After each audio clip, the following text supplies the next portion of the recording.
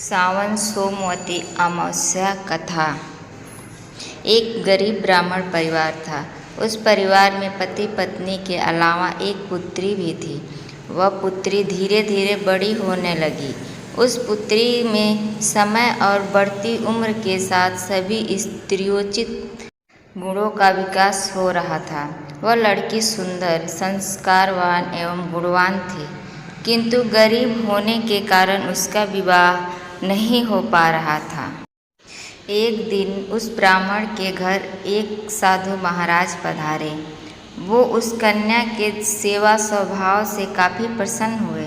कन्या को लंबी आयु का आशीर्वाद देते हुए साधु ने कहा कि इस कन्या के हथेली में विवाह योग्य रेखा नहीं है। तब ब्राह्मण दंपत्ति ने साधु से उपाय पूछा कि कन्या ऐसा क्या करे कि उसके हाथ में विवाह योग्य बन जाए। साधु ने कुछ देर विचार करने के बाद अपनी अंतर्दृष्टि से ध्यान करके बताया कि कुछ दूरी पर एक गांव में सोना नाम की धोबिन जाति की एक महिला अपने बेटे और बहू के साथ रहती है, जो बहुत ही आचार विचार और संस्कार संपन्न तथा पतिपरायण है। यदि यह कन्या उसकी सेवा करे और वह महिला इसकी शादी में अपने मांग का सिंदूर लगा दे, उसके बाद इस कन्या का विवाह हो तो इस कन्या का वैधव्य योग्य मिट सकता है। साधु ने यह भी बताया कि वह महिला कहीं आती जाती नहीं है। यह बात सुनकर ब्राह्मणी ने अपनी बेटी से धोबिन की सेवा करने की बात कही।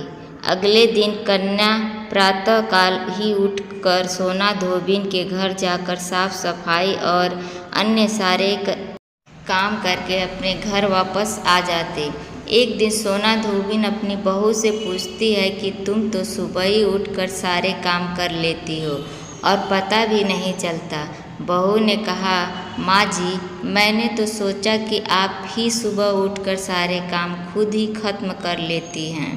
मैं तो देर से उठती हूँ। इस पर दोनों सास बहू निगरानी करने लगी कि कौन है जो सुबह ही घर का सारा काम करके चला जाता है।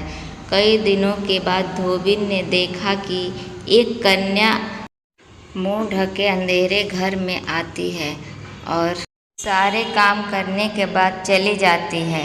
जब वह जाने लगी तो सोना धोबिन उसके पैरों पर गिर पड़ी। पूछने लगी कि आप कौन हैं और इस तरह छुपकर मेरे घर की चाकरी क्यों करती है। तब कन्या ने साधु द्वारा कही गई सारी बात बताई। सोना धोबिन पतिपरायण थी, उसमें तेज था। वह तैयार हो गई। सोना धोबिन के पति थोड़ा अस्वस्थ थे। उसने अपनी बहू से अपने लौट आने तक घर पर ही रहने को कहा। सोना धोबिन ने जैसे ही अपने मांग का सिंदूर उस कन्या की मांग में लगाया, उसका पति मर गया। उसे इस बात का पता चल गया। वह घर से निर्जला ही चली थी। यह सोचकर कि रास्ते में कहीं पीपल का पेड़ मिलेगा तो उसे भौंरी देकर और उसकी परिक्रमा करके ही जल ग्रहण करेगी। उस दिन सोमवती अमावस्या थी। ब्राह्मण के घर मिले पुए पकवान की जगह उसने ईंट के टुकड़ों से 108 बार भौंरी देकर 108 बार पीपल के पेड़ की परिक्रमा की और उसके बाद जल ग्रहण किया। ऐसा करते ही उसके पति के मुर्दा शरीर में वापस जान आ गई। धोबिन का पति वापस जीवित हो उठा। इसलिए सोमवती अमावस्या के दिन से शुरू करके जो व्यक्ति हर अमावस्या के दिन भौंरी देता है, उसके सुख और सौभाग्य में वृद्धि होती है। पीपल के पेड़ में सभी देवताओं का वास होता है, अतः जो व्यक्ति हर अमावस्या को न कर सके, वह सोमवार को पड़ने वाली अमावस्या के दिन 108 वस्तुओं की भौंरी देकर सोना धोबिन और गौरी गणेश का पूजन करता है, उसे अखंड सौभाग्य की प्राप्ति होती है। ऐसी प्रचलित परंपरा है कि पहली सोमावती अमावस्या के दिन धान, पान, हल्दी, सिंदूर और सुपारी की भौरी दी जाती है।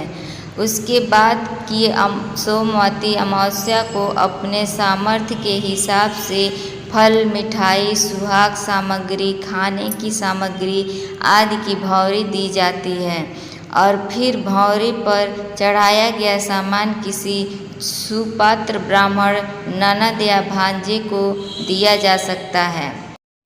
दोस्तों, आप लोग को ये सावन सोमवारी अमावस की कथा पसंद आई हो तो एक लाइक, शेयर और हमारे चैनल को सब्सक्राइब कर लें प्लीज़।